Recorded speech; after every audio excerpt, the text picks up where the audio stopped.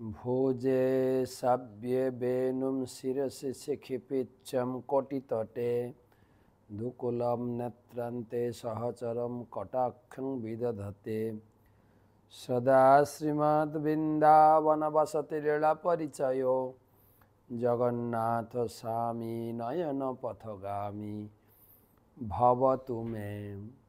ওম নীলাচল নিবাসায় নিত্যায় পরমাত্মনে বলভদ্র সুভদ্রাভ্যাম জগন্নাথায় তে নমঃ। আজকে প্রভুদাস আর বলরাম দাসের কাহিনী শোনাব। এক জগন্নাথের মধুর লীলা। পুরীতে বলরাম দাস যিনি স্বচক্ষে এই লীলা সাক্ষী ছিলেন, দর্শন করতেন।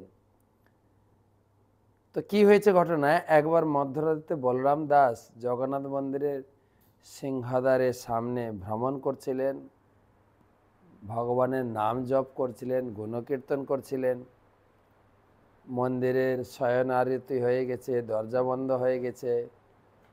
ভগবানকে শয়ন দিয়ে পূজারীরা দরজা বন্ধ করে তারা ঘরে ফিরে গেছেন। কিন্তু বলরাম দাস দেখলেন যে সিংহদ্বার থেকে দুজন বালক বেরিয়ে এলেন। পরনে ছিল সূক্ষ্ম শুভ্র বস্ত্র, তাদের মাথার কেশ রাশি অত্যন্ত সুন্দর, মসৃণ প্রভাময়, তাদের দেহ শোভা পাচ্ছিল, তাদের গায়ে যজ্ঞোপবীত ছিল। বলরাম দাস দেখলেন বালক দুটি সিংহদ্বার থেকে বেরিয়ে এক কুটিরে গেল, কিছুক্ষণ পর তারা আবার ফিরে এলো এবং দৃষ্টিপথ থেকে অন্তর্ধান হয়ে গেল।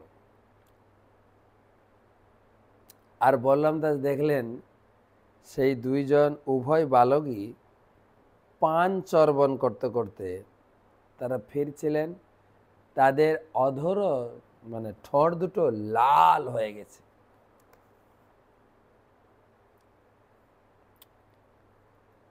ঠোঁটগুলি অধরষ্ট ছিল আরক্তিম। কিছু দিন ধরে বলরাম দাস এরকম দেখছিলেন। সেই কুটিরে যান, দুটো বালক সিংহদ্বার থেকে বেরিয়ে আর পান চর্বণ করতে করতে করতে করতে ফিরে আসে। বলরাম দাসের একটু কৌতূহল হলো জানার ব্যাপারটা কি। তো সেটা জানার জন্য সেই বালকের সঙ্গে সঙ্গে পিছনে পিছনে কুটিরে গেলেন। জানতে পারলেন সেই ঘরটা হচ্ছে প্রভুদাসের বাড়ি, আর সে হচ্ছে পান ব্যবসায়ী, পানওয়ালার কুটির। প্রভুদাস একা বাস করতেন সেই কুটিরে এবং নিজের জীবিকা অর্জনের জন্য যতটুকু প্রয়োজন ততটুকু বেচাকেনা করতেন। আর বাকি সময় জগন্নাথের মন্দিরে যেতেন, নাম কীর্তন করতেন, নৃত্য করতেন। সে ছিল জগন্নাথ দেবের একজন মহান ভক্ত এবং যখন তিনি মন্দিরে গিয়ে জগন্নাথকে দর্শন করতেন, দিব্য আনন্দে পুলকিত হতেন, ক্রন্দন করতেন। যদিও প্রতিদিনই জগন্নাথের 56 ভোগ ব্যঞ্জন নিবেদন করা হতো, তবু প্রভুদাস মনে করতেন প্রভুর আহারের শেষে প্রভুকে যদি একটু পান দেওয়া যেত তাহলে কতই না সুন্দর হতো। কিন্তু মন্দিরে যে পান দেওয়ার প্রথা ছিল না। প্রভুদাস ভাবলেন আমার মতো তুচ্ছ সামান্য ব্যক্তির পক্ষে মন্দিরের এই প্রথাকে পরিবর্তন করা অসম্ভব। প্রভুকে পান নিবেদন করার প্রথা তার পক্ষে অসম্ভব এবং এইরকম একটা তার অভিলাষ হলো এবং প্রতিদিন সে মন্দিরে গিয়ে মনে মনে প্রভুকে পান নিবেদন করতেন। এবার কি হলো, বলরাম দাস একদিন প্রভুদাসের সঙ্গে দেখা করেছে। জিজ্ঞাসা করছেন, আচ্ছা আমি লক্ষ্য করছি বেশ কিছুদিন ধরে দুইজন বালক এসে তোমার দোকানে পান খেয়ে যায়, তারা কে এবং তারা কি পানের দাম দিচ্ছে নাকি না পান খেয়ে চলে যায়? প্রভুদাস বলছে তারা কে আমি জানি না, তবে তারা যখন আমার কাছে আসে পান খেতে চায়, আমি তাদের দেখে খুব আকৃষ্ট হই যে এত সুন্দর দেখতে দুজনকে, এত সুন্দর, আমি মূল্য চাইতেই পারি না, মূল্য চাইতেই ভুলে যাই। আর প্রতিদিন আসে আমার কাছে পান গ্রহণ করে, আর মূল্য চাওয়ার আগেই তারা পালিয়ে যায়। প্রভুদাস বলরাম বললেন, প্রভুদাস তুমি কত সরল, তোমার জানা উচিত, তুমি তো ব্যবসায়ী, পান বিক্রি করছো, তুমি যদি ওই রকম পানের মূল্য না নাও, তোমার ব্যবসা চলবে কি করে, তোমার সংসার চলবে কি করে? আজ থেকে তুমি তাদের অবশ্যই মূল্য চাইবে, মূল্য দিতে হবে। আর যদি মূল্য দিতে না পারো, তোমাদের এই মূল্যবান চাদর বন্ধক দিয়ে যাও, হ্যাঁ, পরে এসে মূল্য দিয়ে যাবে। প্রভুদাস বলরাম দাস যা যা বলেছেন সেইভাবে গ্রহণ করেছে।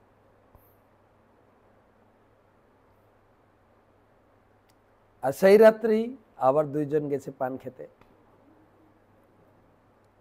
আর পান খাওয়ার পর প্রভুদাস চাইছেন, মূল্য দাও, পানের টাকা দাও। তাদের ভিতরে ছোট ভাই, কনিষ্ঠ ভাই বলেন, আমরা তো কোনো অর্থ আনিনি, তোমাকে মূল্য দেবো কি করে? আর আমরা প্রতিদিন পান খাই, তুমি তো কোনোদিন আমাদের টাকা চাও না, আজকে টাকা চাইছো, কি করে জানবো যে তুমি আজকে টাকা চাইবে? জানলে আগে থেকে টাকা নিয়ে আসতাম, এখন তো আমরা টাকা নিয়ে আসিনি। এটা কাজ করো, আগামীকাল যে আসবো পান খেতে, তখন এই কয়দিনের এই যে টাকা, পান খাওয়ার টাকা দিয়ে দেবো। প্রভুদাস বলছে, আরে তোমরা ইয়াং ছেলে, তোমাদের কথার কি ভরসা আছে? কালকে যদি না আসো তাহলে আমি টাকা পাবো কি করে? আমি গরিব লোক। একটা কাজ করো, তোমাদের এই গায়ের যে চাদর, এই চাদর বন্ধক রেখে যাও, এই চাদর বন্ধক রেখে যাও। আর তোমরা যখন এই পানের টাকা দিয়ে দেবে, আমি চাদর ফেরত দিয়ে দেব। তারা আর কি করবে, তাদের দুজন চাদর রেখে তারা ফিরে গেছেন। পরদিন ভোরে সেবকরা মন্দিরে ঢুকেছেন, মন্দির খুলেছেন, তারা অবাক হয়ে দেখলেন, কালকে যে ভগবানের মাথা ঢাকা দেওয়ার জন্য চাদর পরিয়ে গেছিলাম, সেই চাদরটা তো নেই। চাদরটা কোথায় গেল? রাত্রে যে বড় সিঙ্গার বেশ হয়েছে, সেই সময় চাদর পরানো হয়েছে, চাদরটা গেল কোথায়? আর কেই বা এই চাদরটা চুরি করবে? যদি চুরি করে, চোর ঢুকে, তাহলে এত গয়না গাটি, হিরে মুক্তা, সেগুলো ছেড়ে তারা চাদরটা নেবে কেন? খুব আশ্চর্যের কথা। এই কথা হতে হতে রাজার কাছে খবর গেছে যে ভগবানের চাদর চুরি হয়ে গেছে। রাজা অবাক হয়ে বললে, চাদর কে চুরি করবে? তাই সেবকদেরকে ধরেছে, তোমাদের মধ্যে কেউ চাদর চুরি করেছে। সেবকদেরকে বন্দি করা হয়েছে এবং সেই সময় বলরাম দাস ওখানে উপস্থিত হলেন।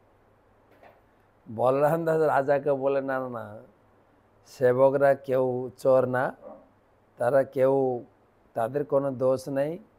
এবারে পুরো আদ্যপান্ত পুরো হিস্ট্রি শোনালেন কি হয়েছে। তো রাজা এলেন, রাজা এসে সেই পানওয়ালার বাড়িতে গেলেন। পানওয়ালার বাড়ি গিয়ে তাকে, সে ছিল তামিল জাতিভুক্ত পানওয়ালা, প্রভুদাসের কুটিরে রাজা পৌঁছালেন এবং দেখলেন যে দুটো চাদর হারিয়েছে ওই দুটো চাদর তার বাড়িতেই আছে। প্রভুদাসকে রাজা খুব সম্মান করলেন এবং সব ঘটনা ওখানে আলোচনা হলো। আলোচনা হওয়ার পরে রাজা বললেন, প্রভুদাস তুমি কত ভাগ্যবান, তোমার হাতে প্রভু পান খাওয়ার জন্য মন্দির ছেড়ে তোমার কাছে আসে। আর প্রভুদাস বুঝতে বলল, তাই আমার কাছে জগন্নাথ বলদেব প্রতিদিন আসতেন পান খেতে? সে তো খুব খুশি হয়েছে, খুব খুশি হয়েছে। আর রাজা সেই দুটো চাদর নিয়ে গেলেন এবং সেই দিন থেকে মহারাজ প্রতাপরুদ্র তিনি নিয়ম করলেন, ভোজনের পরে ভগবানকে এই পান ভোগ নিবেদন করা হবে এবং সেই পান ভোগ নিবেদন করবেন প্রভুদাস নিজে। প্রভুদাস এই সেবা পেয়ে খুবই খুশি হলেন এবং তাদের পরিবার পরিজন সদস্য সবাই অত্যন্ত আনন্দিত হলেন। এই ছিল প্রভুদাসের পান খাওয়ানো ভগবান। আসলে ভগবান ভাবগ্রাহী জনার্দন, পান ভোগ লাগতো না, কিন্তু তার ইচ্ছা হয়েছিল প্রভুকে পান খাওয়াবে, আর সেখান থেকে প্রভুর পান খাওয়া চালু হয়ে গেল। এরকম সুন্দর সুন্দর কাহিনী, মজার মজার কাহিনী জগন্নাথের কথা শুনছেন, প্রভুদাসের পান খাওয়ার ঘটনা।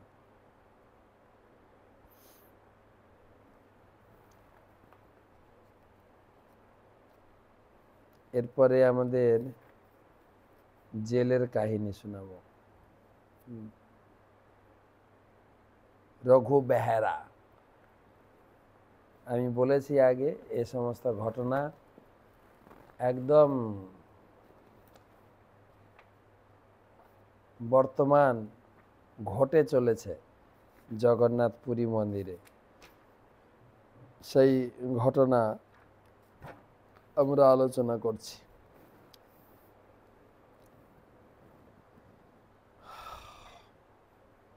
শুরু করছি ভাগবত রসমাধুরী আলোচনা। গৌরবে গৌরচন্দ্রায় রাধিকায় তদালয়ে কৃষ্ণায় কৃষ্ণ ভক্তায় তদ্ভক্তায় নমো নমঃ। বন্দে অহং শ্রীগুরো শ্রীযুতপদকমলম শ্রীগুরুন বৈষ্ণবাংশ্চ শ্রীরূপম সাগ্রজাতম সহগণ রঘুনাথান্বিতম তম সজীবম সাদ্বৈতম সাবধূতম পরিজন সহিতম কৃষ্ণ চৈতন্য দেবম শ্রীরাধা কৃষ্ণ পাদন সহগণ ললিতা শ্রীবিশাখান্বিতাংশ্চ। নমো ওং বিষ্ণুপাদায় কৃষ্ণপৃষ্ঠায় ভূতলে শ্রীমতে ভক্তি বেদান্ত স্বামিনিতি নামিনে। নমস্তে সারস্বতে দেবে গৌরবাণী প্রচারিণে নির্বিশেষ শূন্যবাদী পাশ্চাত্য দেশতারিণে। আজনুলম্বিত ভুজৌ কনকাবদাতৌ সংকীর্তনৈকপিতরৌ কমলায়তাক্ষৌ বিশ্বম্ভরৌ দ্বিজবরৌ যুগধর্মপালৌ বন্দে জগৎপ্রিয়করৌ करुणावतारो जय श्री कृष्ण चैतन्य प्रभु नित्यानंद श्री अद्वैत गदाधर श्रीवासादि श्री गौरभक्तवृंद। हरे कृष्णा कृष्ण कृष्ण हरे हरे हरे राम राम राम हरे हरे। ओम नमो भगवते वासुदेवाय। ओम नमो भगवते वासुदेवाय। ओम नमो भगवते वासुदेवाय। नारायणं नमस्कृत्य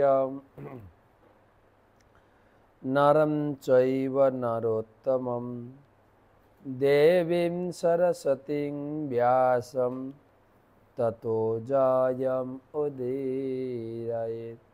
शुद्धि सज्जन मंडली, ममतामयी मातृमंडली, आज के आमादेर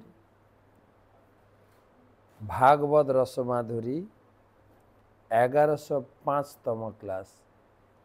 गतकाल के आपनारा क्लास शुनेছেন সেই অপূর্ব মাধুর্যমণ্ডিত মাতৃগয়া বিন্দু সরোবর সিদ্ধাশ্রম তার কাহিনী।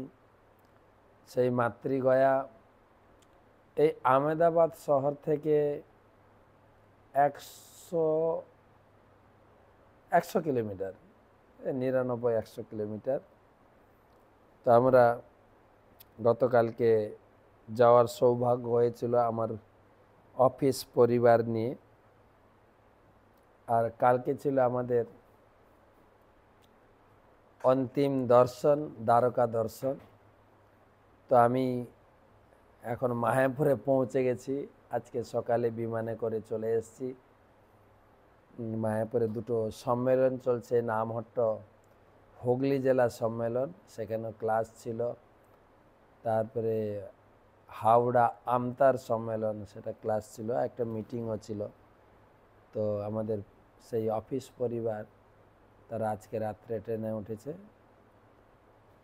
কালকে সারাদিন ট্রেনে থাকবে, পরশু দিন দুপুরে পৌঁছাবে মায়াপুরে।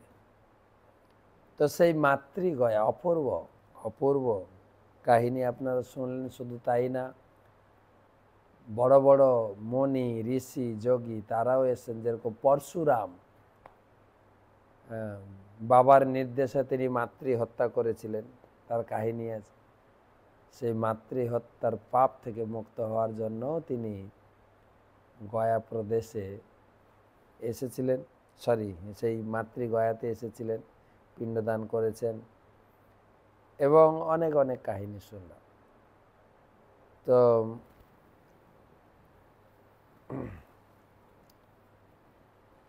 আমরা সকালে হতে স্নানও করলাম। যাই মনে পড়ছে সেসব জায়গা, পুরো দ্বারকা দর্শন করলাম।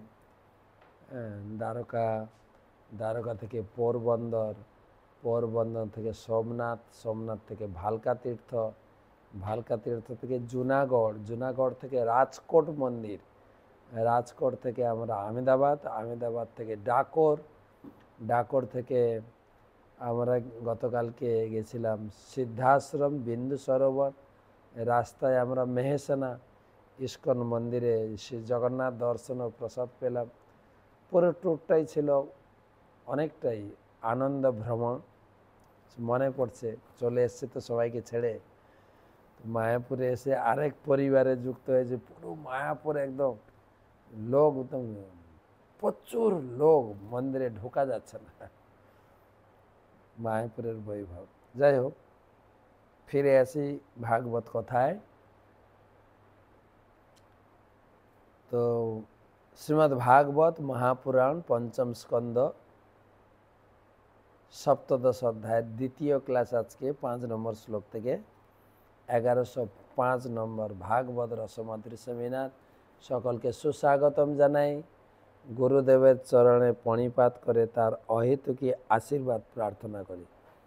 नमो ओं विष्णुपादाय कृष्णपृष्ठाय भूतले श्रीमते जयपताका स्वामिनिति नामिने नम आचार्यपादाय निताय कृपाप्रदायिने गौरकथा धामदाय नगरग्रामतारिणे।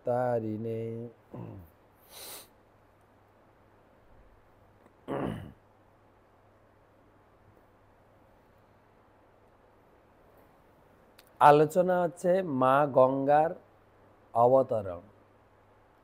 সুখদেব গোস্বামী বর্ণনা করছেন সেই জম্বুদ্বীপের কে বেষ্টন করে আছে এই মা গঙ্গা। এই মা গঙ্গা সাধারণ জল নয়, ভগবান বামন দেবের পদধৌত চরণামৃত, এবং সেই সঙ্গে বর্ণনা করছেন একদম সাক্ষাৎ এই গঙ্গা নদী হচ্ছেন বিরজা নদীর জল। আবার বলা হচ্ছে এই গঙ্গা হচ্ছে সাক্ষাৎ কারণ সমুদ্রের জল, অপ্রাকৃত জগতের জল। তাই তাকে বিষ্ণুপদী বলে গঙ্গাকে জানা যায়। তবে বর্তমান গঙ্গা আমাদের চোখে যে গঙ্গা আমরা দর্শন করি তার নাম হচ্ছে ভাগীরথী গঙ্গা, যেহেতু ভগীরথ এই ধরাধামে প্রকট করিয়েছিলেন। আর সেই গঙ্গার আরেক নাম পেয়েছি আমরা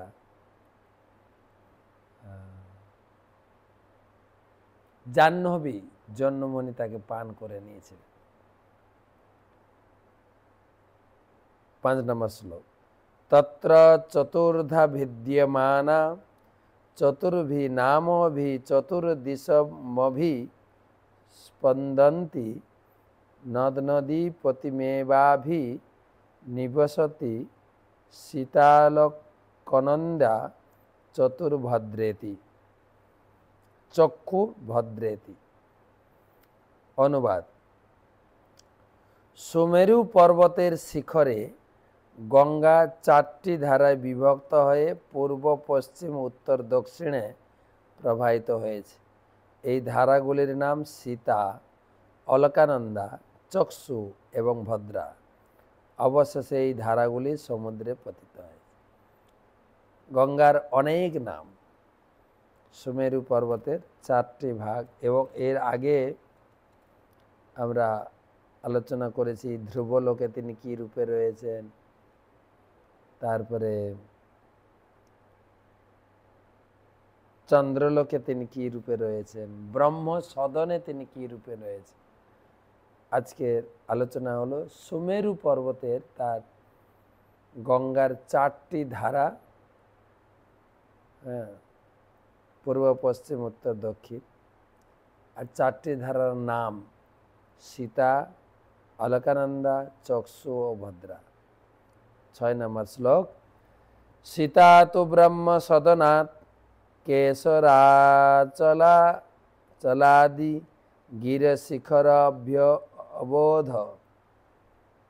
প্রস্রবন্তি গন্ধমাদন মূর্ধনসু পতিতান্তরেণ ভদ্রাস বর্ষম প্রাচ্যম দিশি খার সমুদ্রবতী প্রবিশন্তি।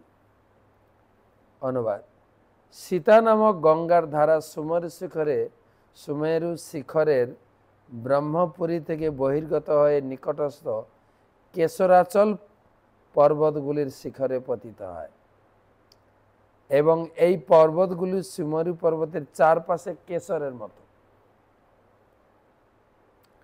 কেশরাচল পর্বত থেকে গঙ্গা গন্ধমন্দন পর্বত শিখরে পতিত হয়। তারপর ভদ্রাস্য বর্ষের মধ্য দিয়ে প্রবাহিত হয়, পূর্ব দিকে লবণ সমুদ্রে পতিত হয়। সুমেরুর উপরে যে ধারা, যেটা বিশেষ করে ব্রহ্মপুরী থেকে বের হয়েছে, সেগুলো এসে সমুদ্রে মিলিত হচ্ছে।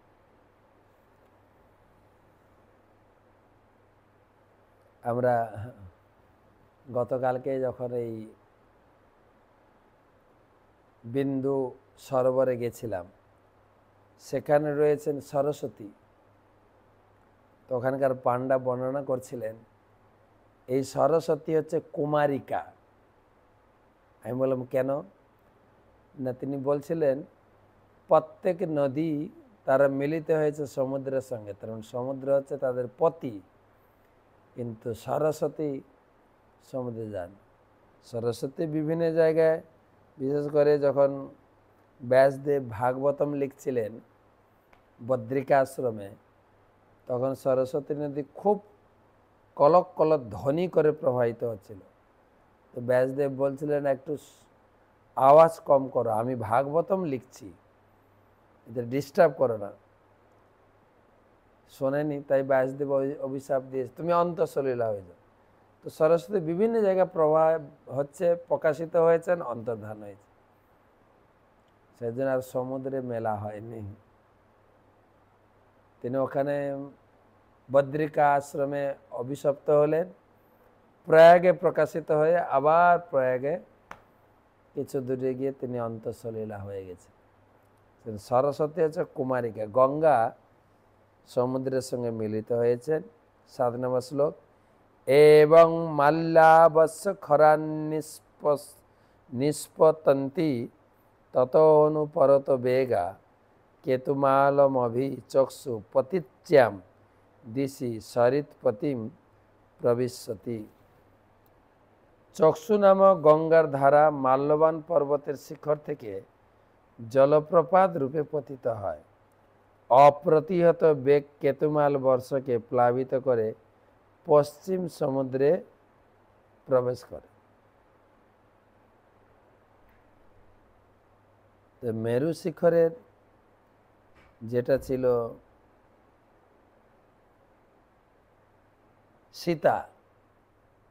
সীতাটা পূর্ব দিকে লবণ সমুদ্রে, আর চক্ষু নামক যে গঙ্গার আরেকটি ধারা সেটা মিলিত পশ্চিম দিকে সমুদ্রে। এবারে ভদ্রা চত্বরত মেরু শিরস নিপতিতা গিরিশিখরাত গিরিশিখর মহিহায় সিংহবতঃ সিংহাবদসন্দমানা উত্তরাংস্তু কুরুণভীত উদিচ্যাম দিশি জলধি মভি প্রবিশতি।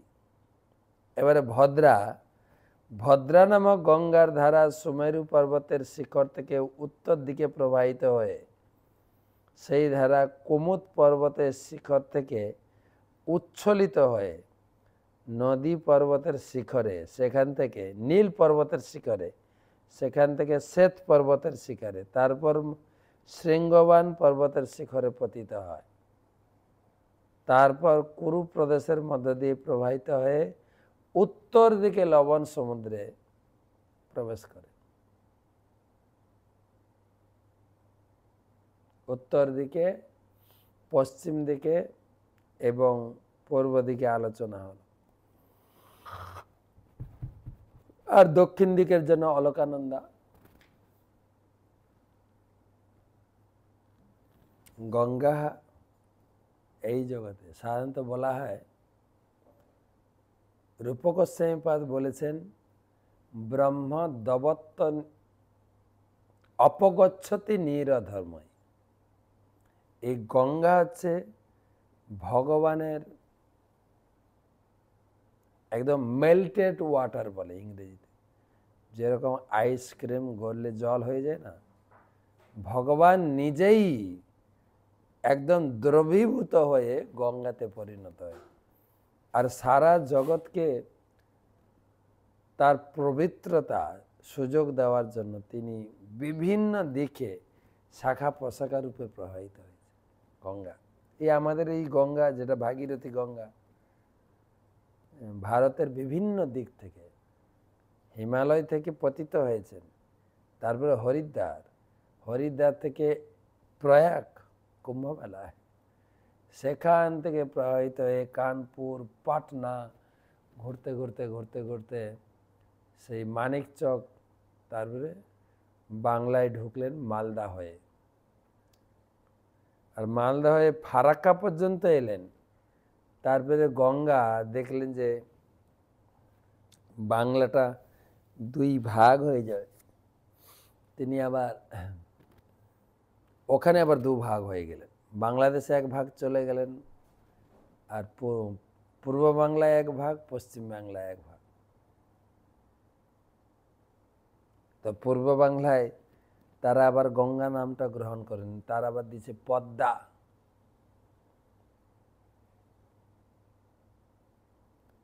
তো এইভাবে ভদ্রা গেল। এবার অলকানন্দা, এই অলকানন্দাটা আমাদের গঙ্গা রূপে পরিচিত। তথৈ বালকানন্দা দক্ষিণেণ ব্রহ্মসদনাদ্দোহৈনী গিরিকূটান্ন অতিক্রম্য হেমকূটাধ্বৈ মকূটান্য তীরভ শতরংসা লুঠয়ন্তি ভারতমভিবর্ষম দক্ষিণাসাম দিশি জলধিমভিপ্রবিশতি যস্যাম স্নানার্থম চাগচ্ছত পুংস পদে পদে অস্যে ধরাজ স্বাদীনাম ফলম ন দুর্লভমিতি।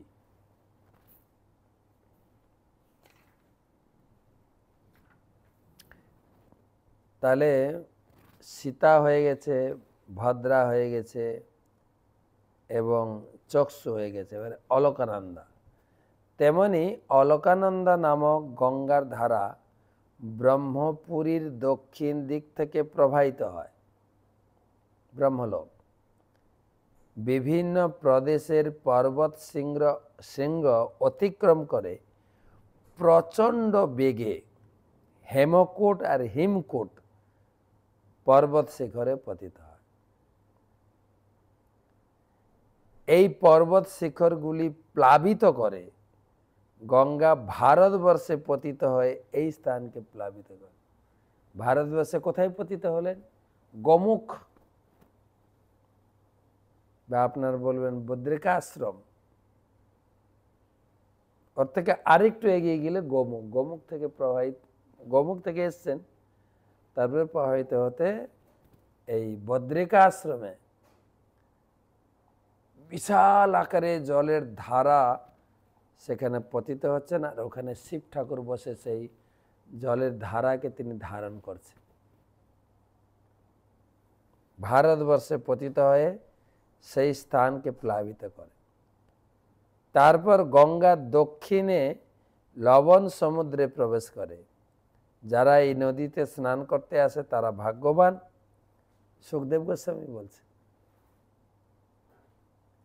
তাদের পক্ষে প্রতি পদক্ষেপে অশ্বমেধ রাজস্ব আদি যজ্ঞের মহাযজ্ঞের ফল লাভ করা দুর্লভ হয় না। গঙ্গা স্নান করুন। গঙ্গা স্নানের জন্য সুখদেব গোস্বামী ভাগবতে সবাইকে উৎসাহিত দিচ্ছে গঙ্গা স্নানের মাহাত্ম্য। আমার গুরু মহারাজও, আমার গুরুদেবও সবাইকে উৎসাহিত করে, যাদের গঙ্গার আশেপাশে বাড়ি, গঙ্গার অনতি দূরে বাড়ি, গঙ্গা স্নান করো। আর যাদের গঙ্গা থেকে দূরে বাড়ি, যেখানেই স্নান করো না কেন গঙ্গার নাম উচ্চারণ করো 3 বার। ট্যাবের জলে হোক, যদি বাথরুমে শাওয়ারে হোক, শাওয়ারের চাবি ঘুরাতে ঘুরাতে গঙ্গা গঙ্গা গঙ্গা 3 বার স্নান হয়ে যাবে। সকালে আজকে যখন স্নান করছিলাম আহমেদাবাদে, মনে পড়ছিল। তবে আমি এই গঙ্গা গঙ্গা এখন আবার কুম্ভে গিয়ে সেই মন্ত্রটা সবসময় চলে আসে মুখে, ত্রিবেণী মাধবম সোমম ভরদ্বাজম চ বাসুকিং বন্দে অক্ষয় বটম শেষম প্রয়াগম তীর্থনায়কম। এই কুম্ভ মেলার পর থেকে প্রতিদিন সে স্নান করতে গিয়ে কুম্ভের চিত্রটা ভেসে ওঠে।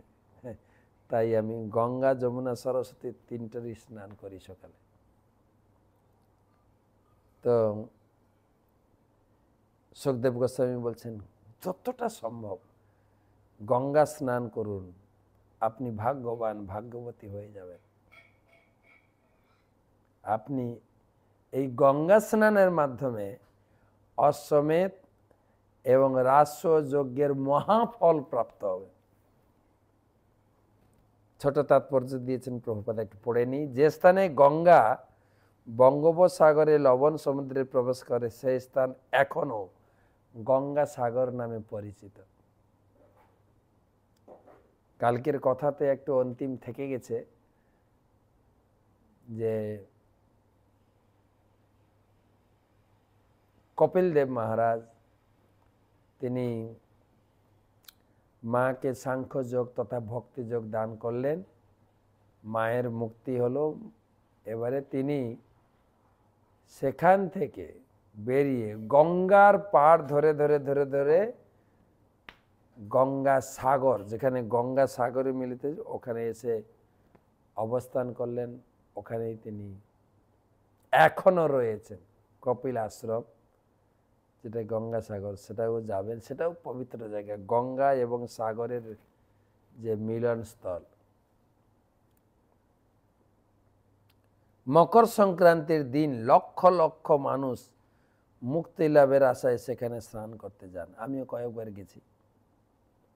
তারা যে প্রকৃত লাভ, মুক্তি লাভ করতে পারেন তা এখানে প্রতিপন্ন হয়েছে। আর সত্যি মুক্তি লাভ অবশ্যই করবেন। যারা গঙ্গায় স্নান করেন তারা অনায়াসে অশ্বমেধ এবং রাজস্ব আদি মহাযজ্ঞের ফল লাভ করেন। ভারতবর্ষের অধিকাংশ মানুষই কখনো গঙ্গা স্নানের অভিলাষী এবং বহু স্নান ঘাট রয়েছে যেখানে তারা গঙ্গায় স্নান করতে পারে। গঙ্গায় প্রচুর ঘাট, এ সুযোগ কে ছাড়বে? গঙ্গা স্নান করছে লোকে। তাছাড়া তো আমি দেখি ভারতবর্ষের বিভিন্ন প্রান্ত থেকে, রাজস্থান থেকে, মহারাষ্ট্র থেকে, গুজরাট থেকে লোক আসেন গঙ্গা স্নান করার জন্য কলকাতায়। আবার সেই গঙ্গা সাগরের সুযোগ নিয়ে মকর সংক্রান্তি গিয়ে স্নান করেন। আর আমাদের রাজ্য সরকার সুন্দর ব্যবস্থা করে দেন, একদম হাওড়া থেকে বা কলকাতা থেকে কিভাবে গঙ্গা সাগরকে সুলভে পৌঁছানো যায় তার সুন্দর পরিপাটি ব্যবস্থা করে। সরকারও লাভবান হচ্ছে, স্নানের সুযোগ করে দিচ্ছেন।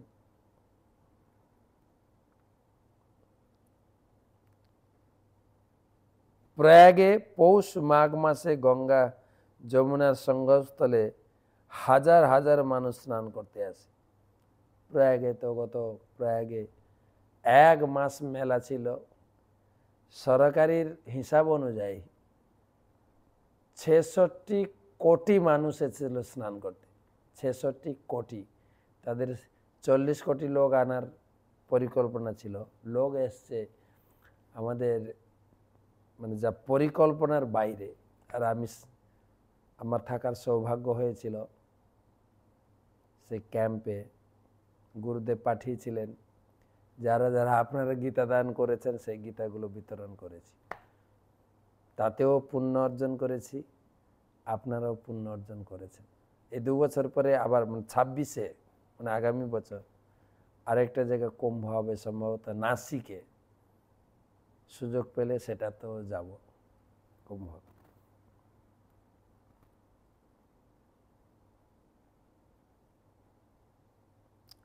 তারপর তাদের অনেকে পৌষ মাঘ মাসে কুম্ভ স্নান হবে, তারপরে পরে মকর সংক্রান্তি স্নান। তারপর তাদের অনেকে গঙ্গা ও সাগরের সঙ্গমস্থল গঙ্গা সাগরে স্নান করতে যান।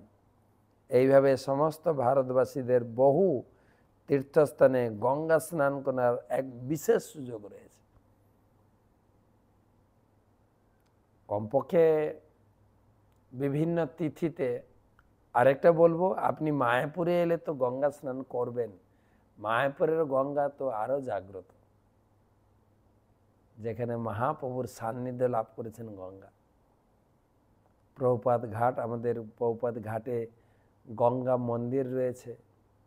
আপনি নিজে স্নান করে নিজে হাতে গঙ্গা পূজা করবেন,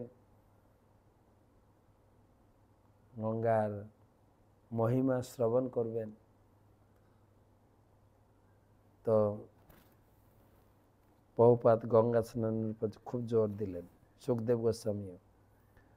অন্যে চ নদা নদ্যশ্চ বর্ষে বর্ষে সন্তি বহুশ মেরবাদি গিরি দুহিতর শতশ। অন্য বহু বড় ছোট নদ নদী সুমরি পর্বতের শিখর থেকে প্রবাহিত হচ্ছে। সেই নদীগুলি ঠিক পর্বতের কন্যার মতো শত শত ধারায় তারা বিভিন্ন বর্ষে প্রবাহিত। আমাদের দেশেও গঙ্গা নদী ছাড়া কত নদী রয়েছে, আর সব নদী গঙ্গার প্রতিভূ। কিন্তু কৃষ্ণা, কাবেরী, গোদাবরী, অনেক নদী। তো আজকে সময় হয়ে গেল, আজকে এই পর্যন্ত রাখি। পরবর্তী গঙ্গার আরো আলোচনা, এই অধ্যায়টা পুরো গঙ্গার উপরে আলোচনা। তো দেখা যাক, আজকে তো পৌঁছাতে রাত হয়ে গেল, কালকে গঙ্গা স্নান করে আসব। প্রভুপাদ গঙ্গা স্নানের এত উৎসাহ প্রদান করছে, আর আপনারা যে যেখানে আছেন, যে যেখানে স্নান করুন, গঙ্গা গঙ্গা গঙ্গা 3 বার উচ্চারণ করে মাথায় জল ঢালুন বা শাওয়ারের জল পড়বে, আপনারও গঙ্গা স্নানের ফল পাবেন। गंगा माई की जय, मायापुर धाम की जय, मंत्रा श्रीमद् भागवत महापुराण की जय। शुभ रात्रि।